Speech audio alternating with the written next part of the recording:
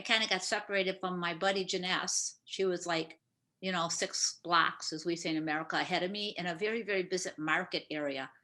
And market, in my opinion, is simply code speak for chaos because it's just Yeah. crazy.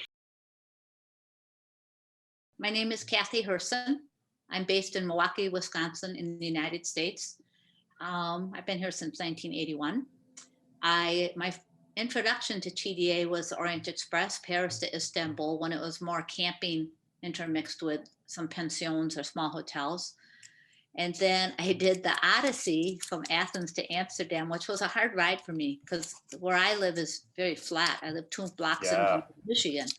I mean, so we don't have any mountains here.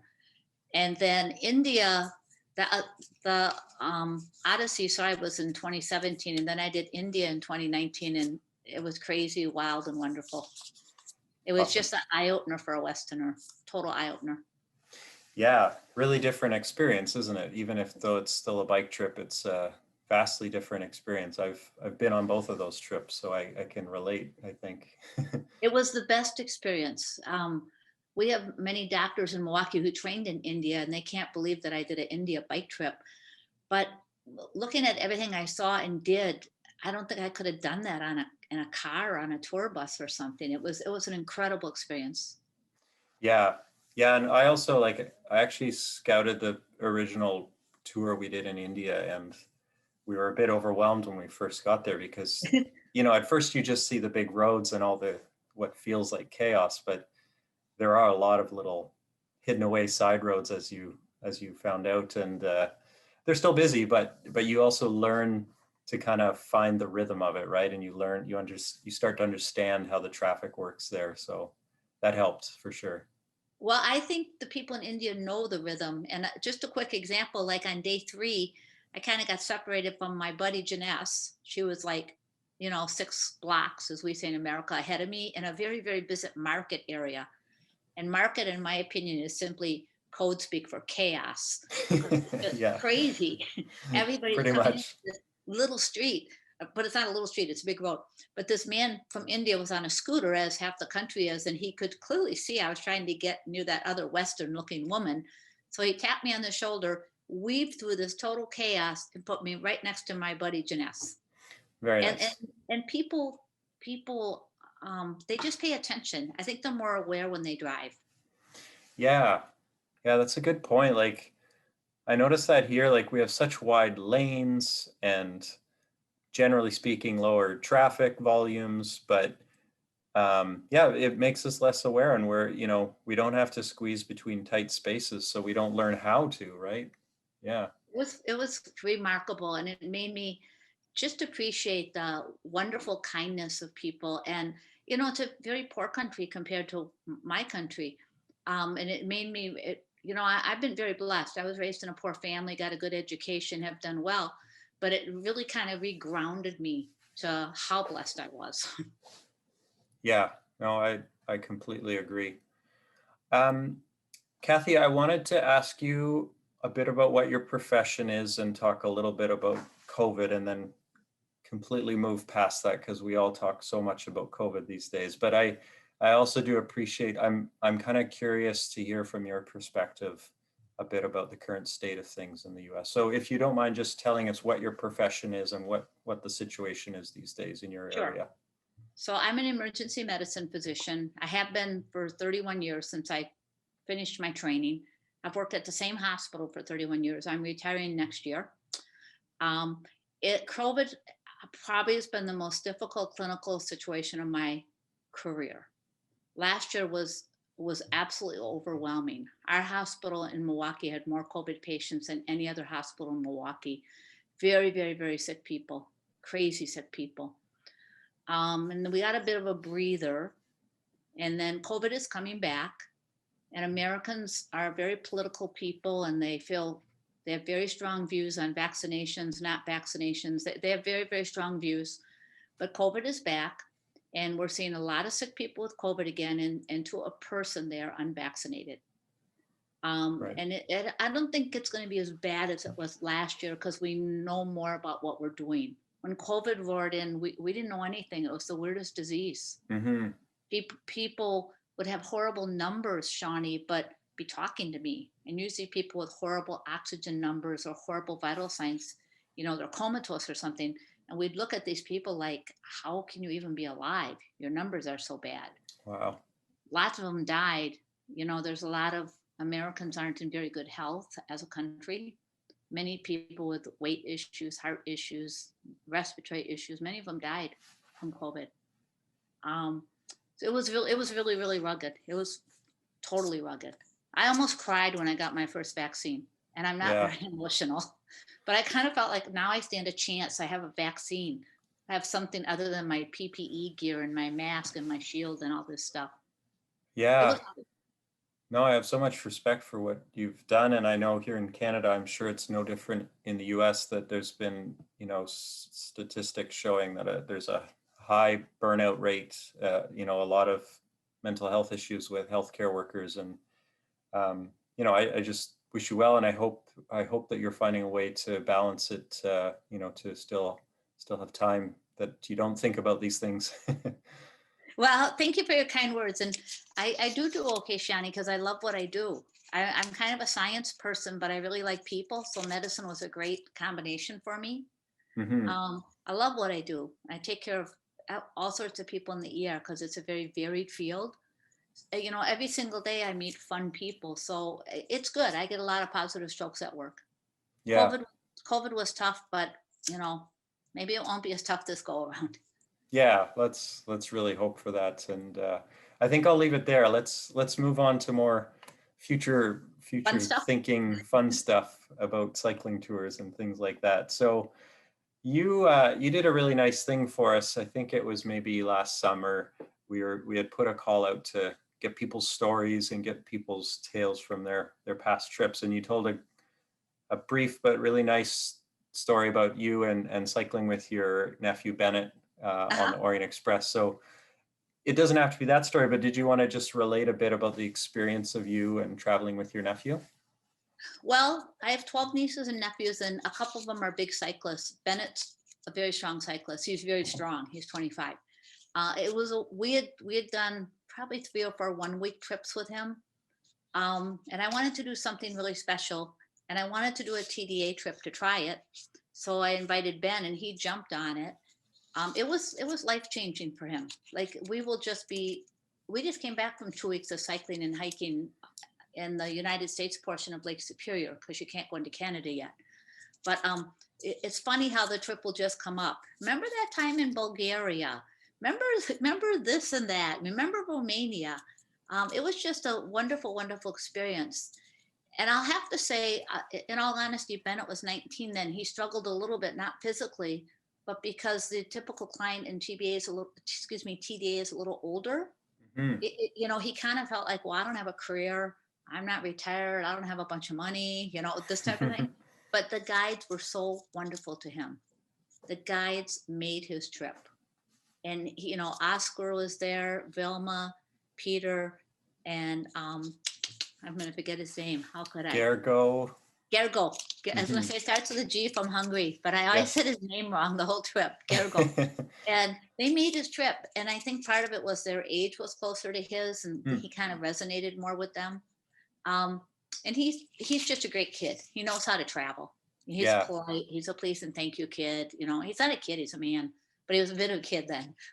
And what a experience for someone his age to undertake that. But when I read that, I was thinking about my own nephews. I have some right around the same age, um, and I don't have children myself. But so I was thinking about how like the fear that something would go wrong. It seems even more, the stakes are even higher when it's your siblings' children, and they've trusted you to take care of them for a month, so to speak. So Well, was that on your mind?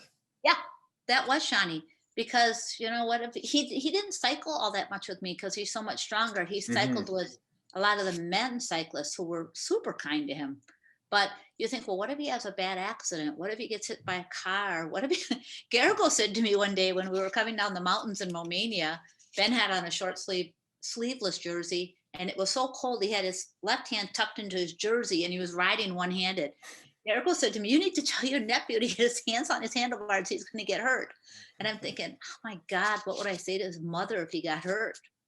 Um, but all's well that ends well, and it was a real joy to spend days off with different people. Mm. And the people were so kind to him. They included him in things, and once again, he probably didn't have as much in common with some of the older cyclists, but people were really nice to him. Oh, It that's was a great. wonderful trip. Yeah, and like the group, it sounds like the group really took him under their wing, and that's really important on a trip like this, isn't it? That the group Mhm. sort of works together, regardless of the ages and all that, regardless of the issues or whatever, that people kind of work together. I agree with you, and I think that people do work really well together. Um, and just like Bennett was nice about carrying bags for older people. He Hmm. was nice about setting up my tent. He always got in ahead of me. It was a no-brainer that he was camp host. Great. But he was very kind to other people who are maybe a little older, getting their bikes, to their tents, excuse me, their bags to their tent site, stepping up to hold doors. I mean, he's a really considerate kid. And they were super, it was just wonderful. I would recommend it to anybody who wants a really good bonding trip with a younger person and their family. It was fabulous. I wouldn't change a thing about it. Yeah, it sounds great. It sounds like it couldn't have gone better. And like you said, he still holds great memories from it. So that's great. He You know, does. you kind of caught him before it was too late, right? When I he's know. going to Well, school and starting careers and no, there's something to be said about that because kids grow up, they get busy, they have jobs, and then they have limited time off, or they have exactly. a group of friends and stuff. Yeah, yeah, exactly. Well, good for you. I'm sure. Did it take a bit of convincing No. for his parents or for him? No. Oh, no, no, no, no, no. Because he had cycled with us since he was 13. So Okay. I told my sister, it was a Christmas present. I told my sister, we want to give this Ben for Christmas. And she was thrilled. Oh, great. She's always been on board with, that kid traveled since he was like 4. He's super well traveled, but more Nice. domestically. So this was a big trip for him. Yeah. So I didn't have Excellent. to convince him. Um, do you have any tips or I don't know, little advice, little pieces of advice that you've learned from your TDA trips that would help someone who's thinking about doing their first trip? I would say a couple. Um, I'm not that great mechanically. I could be better. I could be more comfortable with some simple mechanic things, but the mechanics are great. I mean, but for example, on this last trip I did with Ben and my partner, I snapped a cable and it had 2 gears to get me home, kind of a tough 20-mile patch. I'm okay with changing a tire, but I could be better. Mm-hmm. I would say just a couple simple mechanical things. And I would say know what you think you need for support. Like I was in Glacier National Park this summer and Backroads was there. They're a very upscale cycling company, like expensive $500 to $600 a day. Mm-hmm. And I talked to some of the cyclists. They told me every 10 miles there's a van, a snack, a cold drink, et cetera, et cetera. I don't need that. I don't want that. I like to go to the local cafe, talk to the old man who's pouring coffee, et cetera. So I would say realize what TDA offers for support. It's perfect for me. I love it. I have enough support, but I'm not drowning in support. So it Right. lets me mingle with the locals. But I think TDA gives me just the right amount of support. I think the clientele are diverse and interesting. I think the guides are second to none. I think the guides are wonderful on TDA. And then the other thing too, I would say, and I've found this on tours, is that Janess, my buddy from Australia, is quite the day off planner. She likes to plan things, and she's so inclusive. And I try to kind of help a little bit with that because I think that's a nice thing, particularly if you go alone on a trip, to say, hey, on Mm-hmm. the off day, I know there's a good walking tour. If you'd like to join us, we're going to go at 10 a.m. to the town square or something. So maybe put yourself out there a little bit to organize a few things. Yeah. Um, I think that's a helpful thing, and people appreciate it who maybe didn't have time to plan. Like when we went to India, I didn't have any time to plan, Shanny. It was February. I hadn't done any cycling. I'm from North America, and the very first day, Janice had something really cool planned, and I said, Janice, do you think I could join you? She goes, I was hoping you'd ask, Kathy. Of course you can. Yeah. Made me feel totally welcome, and I didn't feel like such a lazy person. I wasn't lazy. I was just busy. Yeah. So I think that's a nice thing to kind of do. And to include people who might be on their own, because you'll make great friends by reaching out.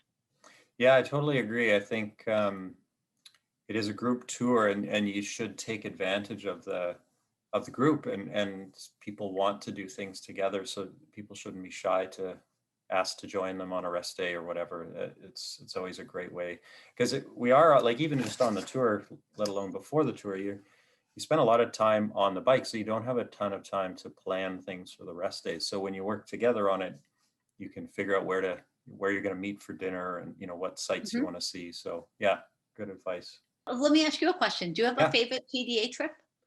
Um, I really like our trip in India. That one's definitely got a special place for me, because like I said, I helped design the first route. It's changed quite a bit since then, but so I really enjoy that trip, and the culture, just the way you were describing as well.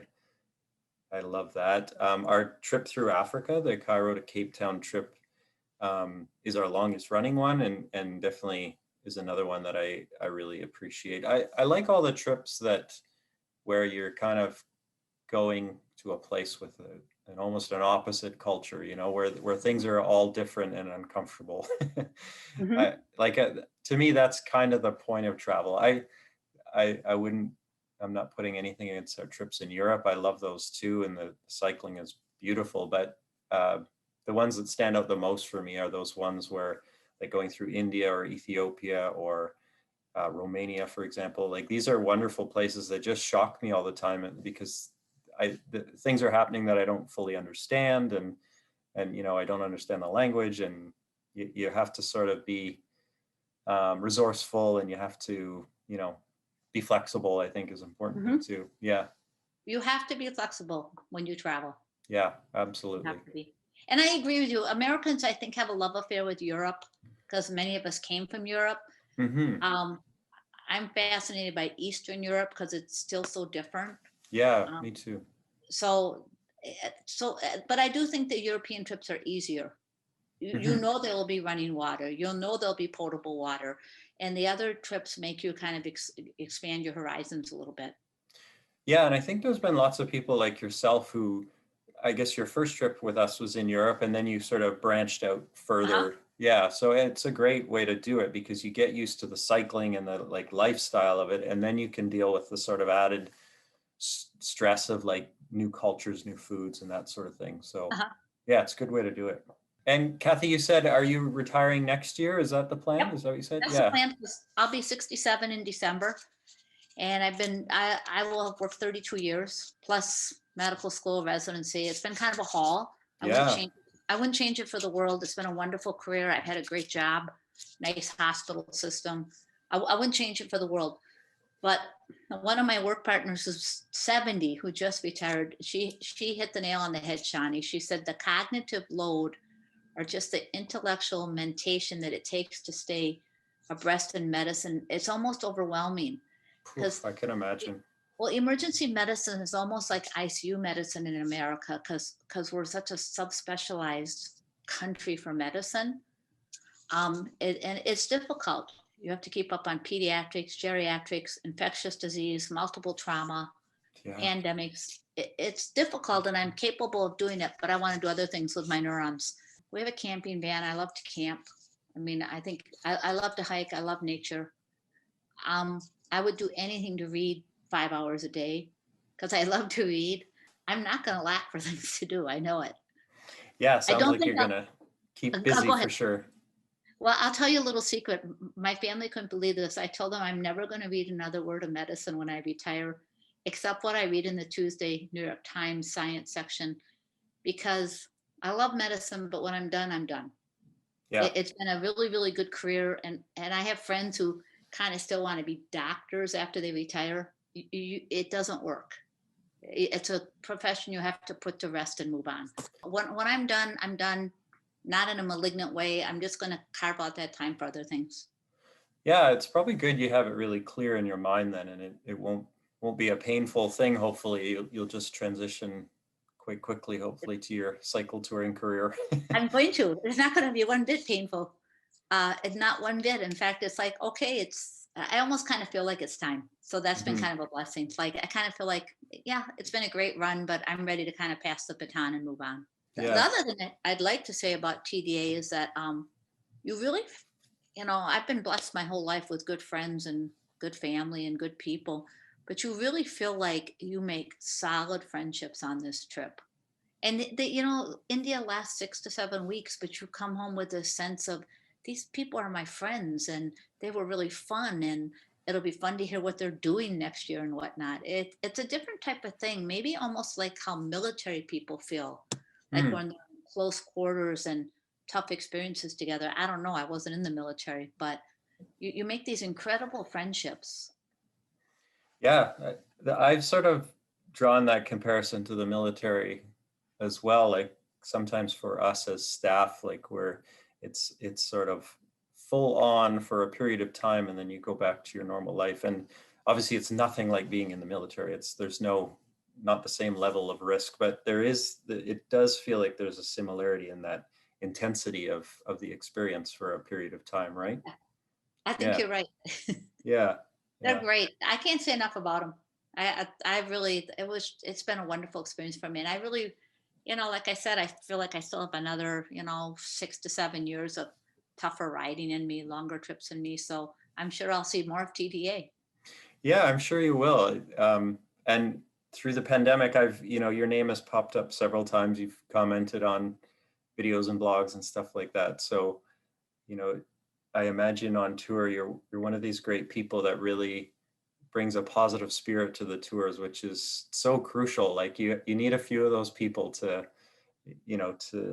sort of level out the group because there's always a few people that have tough days and grumble Oh about yeah, something, and there are tough we've all days. been there. Trust me.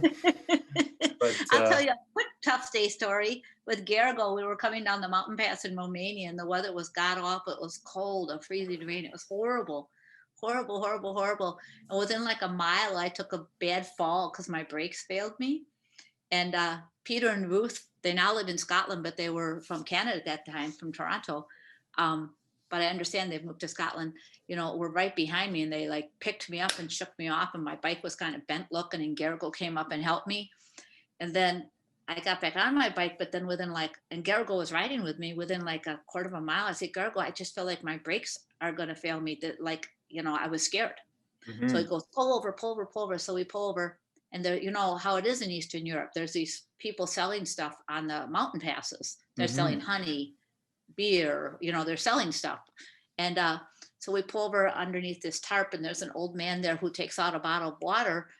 And I'm thinking, I have lots of water. He's trying to give me a bottle of water. I'm thinking, I have lots of water. I'm freezing and kind of scared. And, it's a really bad day here. And he takes a cap off and puts water in the cap. And I'm thinking, I certainly don't need a cap full of water, but I'm going to be a polite American here. And then the man in Romania says to me, schnapps, drink. ah. This is toast. It's like 8 o'clock in the morning. I thought, what the heck? So, you have these funny little experiences that happen that, and then on that very day, the lunch tent blew into the river. No, It was no. a horrible storm. Oscar and Garrigo can tell you about it. So Ben was perched, my nephew got perched at the lunch stop to let people know there was no lunch stop. The lunch stop got blown into the river, the tent and everything. And Dennis looked at me, he goes, you look horrible. What happened to you? And then I was so cold. I was so cold. He goes, would you stop this? You're really scaring me. I don't think you're okay. Then I was okay within an hour. Well, thanks a lot, Kathy. This is probably my last in the series of these interviews I'm doing because we're restarting our tours next month. So Cool. I think I'm very glad I got to end it with you. This has been a fun conversation. Thank you, Shani. Thank you for all your hard work. And please thank your peers for their hard work. I think the world of all the behind the scenes you guys do. I send you an email and I have an answer later that day or the next day. It's great. Oh, awesome. Thanks. I really appreciate that. Well, you have a great evening. Thanks for taking the time after your long work day. You're welcome, Shani. Bye now. Okay. Bye-bye.